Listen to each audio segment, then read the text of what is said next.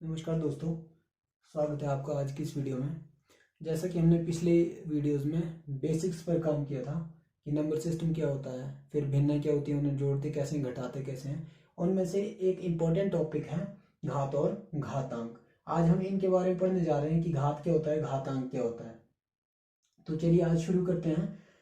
जो हमारा basic topic रहने वाला है वो घात के नियम, कि घात के नियम क्या है। पर इससे पहले हम जान लेते हैं कि घात होता क्या है। आपने ऐसे देखा होगा कि मान लीजिए 3 है, 3 के सर के ऊपर 1 लिख दिया, 2 लिख दिया, 3 लिख दिया या 4 लिख दिया। तो जो ये ऊपर वाली संख्या होती है इसे बोलते हैं हम घात, और जो नीचे वाली संख्या होती है इसे बोलते हैं घातांक। जिस संख्या के ऊपर घात लगती है उस संख्या को बोलते हैं घातांक, और सर पर जो लिखा जाता है उसे बोलते हैं घात। आज हम इसके बेसिक जो नियम है इनके बारे में पढ़ने जा रहे हैं, क्योंकि इनसे क्वेश्चन पूछे जाते हैं, चाहे वो जेपटी की टैट हो या कमीशन हो, उनमें डायरेक्ट इनमें से एक आध क्वेश्चन पूछते हैं। जब तक हमें इन नियमों की समझ नहीं होगी तब तक हम ये क्वेश्चन नहीं कर पाएंगे। तो चलिए इसका जो पहला नियम है इसे देखते हैं। यहाँ पर मैंने लिखा है पहले नियम में 1 की घात 0 बराबर 2 की घात 0 बराबर 3 की घात 0 बराबर 4 की घात 0।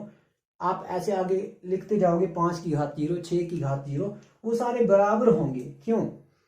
क्योंकि हर संख्या की जिसकी भी घात 0 होगी उसका आंसर 1 आएगा। कोई भी संख्या जिसकी घात 0 लिखी है उसका आंसर 1 आएगा। ये बात याद रखना, क्योंकि ये एग्जाम में हमेशा ये 0 वाला कंसेप्ट पूछते हैं। मान लीजिए 6 की घात 0 दे दिया आपको, वहां पर आपको आंसर दिया होगा कि 6 आएगा, 0 आएगा, या इनमें से कोई नहीं आएगा या 1, तो वो हमेशा 1 रहता है। ये बात याद रखिएगा कि किसी भी संख्या की घात 0 आंसर वो 1 रहता है। तब मैंने इसका बराबर बराबर बराबर करके और लास्ट में 1 लिखा है, क्योंकि ये 1 के बराबर होता है। अब दूसरा आता है, आपने सुना होगा कि जब आधार सेम होता है तो शक्तियां जमा हो जाती हैं। आधार मतलब गुणा में जब दो घातांक आपस में गुणा हो रहे हैं और वो सेम है, संख्या सेम है, जैसे 3 और 3 ये आपस में गुणा हो रहे हैं और संख्या सेम है, तो इनकी शक्तियां जो है ऊपर जो घातें हैं ये क्या हो जाएंगी, जमा हो जाएंगी। 3 का तो 3 ही रहेगा और ऊपर 1 और 1 हो जाएगा 2। तो ये भी याद रखिएगा कि जब आधार सेम होता है और वो आपस में मल्टीप्लाई हो रहे हैं तो पावर्स क्या हो जाती हैं, आपस में ऐड हो जाती हैं। ये बराबर हो जाएगा 9, 3 3 भी 9 हो जाएगा, और अगर यहां से 3 का स्क्वायर देखोगे तो 3 गुणा 3 करके भी 9 आ जाएगा। अब गुणा में तो भाग ये हो जाती हैं घातें जमा। जब भाग वाला होगा और आधार सेम होगा तो शक्तियां क्या हो जाएंगी, जो घातें होंगी वो आपस में माइनस हो जाती हैं। 3/3, तो जो ऊपर वाली इसकी शक्तियां हैं ये क्या हो जाएंगी, आपस में माइनस हो जाएंगी। 2 में से 1 चला जाएगा, 2 में से 1 गया, घातें आपस में कट रही हैं, तो जो आधार है वो वैसे ही और घातों का रह जाएगा। 2 में से 1 चला गया तो 1। इसके बाद ये जो है इसे बोलते हैं हिंदी में करनी, और अंग्रेजी में बोलते हैं अंडर रूट 3।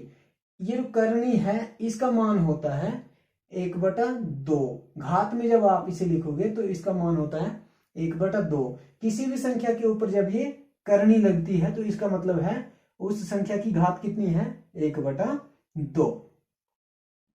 यहां पर मैंने लिखा है करनी लगाई है, साथ में 3 लगाया है, तो करनी के साथ जितनी संख्या जो संख्या लिखी होगी वो घात कर देगी 1/उतनी, उस घातांक की वो घात हो जाएगी 1/। जैसे यहां पर 3 है तो यहां पर इसका मतलब हो गया जो घातांक है इसकी घात क्या होने वाली, 1/3। यहां जब कुछ नहीं है तो 1/2 होती है, जब यहां संख्या दी होगी तो 1/3। अब वैसे ही मैंने एक और एग्जांपल जोड़ा है, करनी में यहां पर लिखा है आगे 4, तो इसका मतलब है 3 की घात अब होने वाली है 1/4। और जो लास्ट वाला है वो है, मान लीजिए आपके पास घात माइनस में दी है, अगर माइनस में घात दी है तो उसे प्लस में करने के लिए क्या करते हैं, बराबरी करके 1/, वो पूरी संख्या लिख देते हैं, सिर्फ माइनस का निशान हटा देते हैं। यहां है 3 की घात -2, तो ये हो जाएगा बराबर 1/3 की घात 2। ये हैं आपके घात के बेसिक रूल्स। इसमें कोई भी मतलब ऐसी कठिन चीज नहीं है जो आप समझ नहीं पाओगे। मैंने बड़े अच्छे से यहाँ पर दिया, आप चाहो तो ऐसे ही कॉपी पर भी लिख लेना और आराम से उसे देख सकते हो। एक दो बार देखोगे तो आपको समझ आ जाएगा। अब जो एग्जाम में क्वेश्चन पूछे जाते हैं इनसे रिलेटेड, मैं वैसे क्वेश्चन एक दो क्वेश्चन लिखता हूँ ताकि आपकी अंडरस्टैंडिंग बैठ जाए कि घात से रिलेटेड क्वेश्चन किस तरीके के आते हैं, आपका माइंडसेट जो है वो तैयार हो जाए और आप उन्हें करने के लिए जो है प्रिपेयर हो पाओ।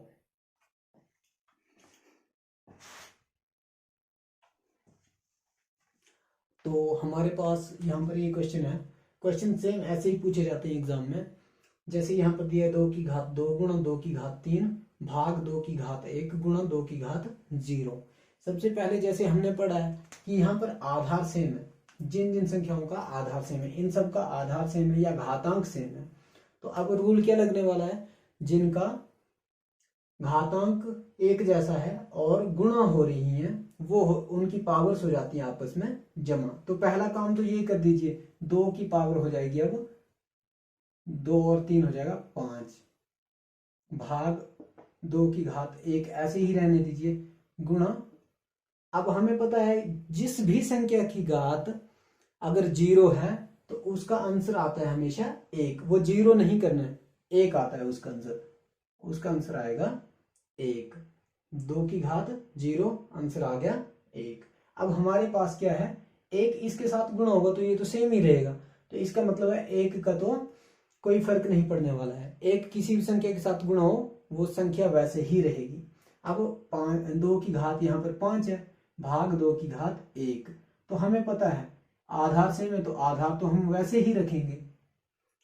अब आ गया भाग, जब गुणा हो रहा होता है, दोनों संख्याएं सेम होती गुणा हो रहा हो तो शक्तियां जमा हो जाती हैं, पर जब भाग हो रहा हो बीच में भाग का निशान है तो शक्तियां आपस में कट जाती हैं।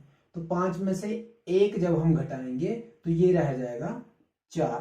तो आपका ऑप्शन कौन सा सही हो जाएगा, आपका यहाँ पर ऑप्शन अगर देखोगे तो ये जो चौथा ऑप्शन है ये सही हो जाएगा। यहाँ पर क्या हो जाएगा 2 की घात जो 4 है वो आंसर आ जाएगा।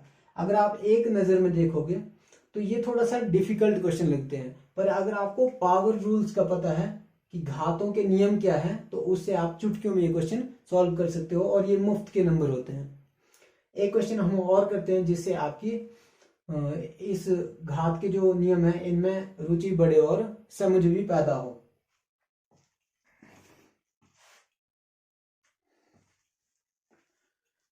तो दोस्तों कई बार इस तरीके से क्वेश्चन पूछते हैं कि घातें दी होगी बटा में और आपके घातांक दिए होंगे कुछ इस तरीके से, आपसे आंसर पूछा होगा कि आंसर क्या है। तो इसके लिए सबसे जो आसान तरीका है, यहाँ पर देखिए जो बटा में हर वाली संख्या होती है उसको देखना है पहले। जैसे पहले में हर 3 है, दूसरे में हर 2 है, तो ये जो 3 है तो जो इसका घातांक होता है इसके भी 3 टुकड़े करने हैं जिनको आपस में गुणा करें तो 8 बन जाए, और इसके यहाँ पर 2 है तो 2 टुकड़े करने हैं जिनको आपस में गुणा करें तो 4 बन जाए। यहाँ पर जैसे 8 है तो हम 8 के टुकड़े करेंगे, जब 3 टुकड़े करेंगे इसके गुणनखंड करेंगे, आपने गुणनखंड किए होंगे, 2 से करेंगे तो 4 रह जाएगा, फिर 2 से करेंगे तो 2 रह जाएगा और 2 से करेंगे तो ये पूरा सॉल्व हो जाएगा। मतलब 2 के 3 टुकड़े हो जाएंगे, 2 गुणा 2 गुणा 2, ये हो गया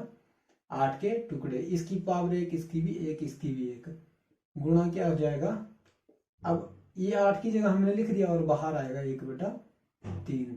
यहाँ 4 की जगह हम ऐसे ही लिख सकते हैं 2 गुणा 2, 2 की पावर 1, 2 की पावर 1, यहाँ पर 1/2 इसकी पूरा, क्योंकि 2 दूनी 4 हो जाएगा वैसे ही हम लिख सकते हैं, और 2 दूनी 4, 4 दूनी 8, 8 को भी वैसे ही लिख सकते हैं 8 की पावर 1/2। हमने सिर्फ इसे तोड़ा है।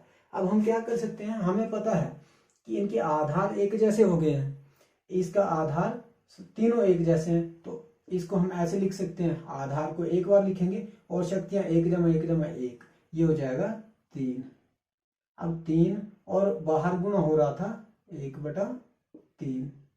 अब आपको पता है 3 जब ऊपर गुणा होगा यहाँ पर तो क्या हो जाएगा 3/3, और 3 से 3 कट जाएगा, क्या रह जाएगा यहाँ पर 2 की पावर 1, और यहाँ पर गुणा में 2 आधार से में तो 2 वैसे ही, और 1 जमा 1 हो जाएगा 2। अब वो बाहर क्या था, 1/2 गुणा हो रहा था इसके साथ। अब 2 से 2 जो है वो कट जाएगा, तो यहां पर आपका आंसर रह गया 2 की पावर 1 गुणा 2 की पावर यहां भी 1।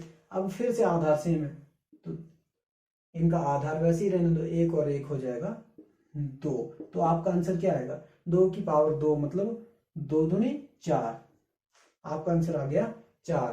तो आपका ये तीसरा जो ऑप्शन है ये सही हो जाएगा। अगर आप देखोगे पहली नजर में ये क्वेश्चन थोड़े डिफिकल्ट लगते हैं, पर अगर आपको पावर्स का पता है, पावर रूल्स का पता है, तो आप इन्हें आराम से कर सकते हो और आपके लिए मुफ्त के नंबर होते हैं। आशा करता हूँ आपको ये वीडियो समझ आई होगी, अच्छी लगी होगी। अगर अच्छी लगी है तो हमारे चैनल ब्रेन ट्रेनर गुरु को सब्सक्राइब कीजिए, हमारी इन वीडियोस को शेयर कीजिए, जो बच्चे तैयारी कर रहे हैं उन तक पहुंचाइए, ताकि उन्हें टाइम से इन कंसेप्ट का पता लगे और आगे उनके लिए ये मैथमेटिक्स एक डरावना ख्वाब बनकर न रह जाए, वो इन्हें आराम से सॉल्व कर सके। Thank you, have a good day.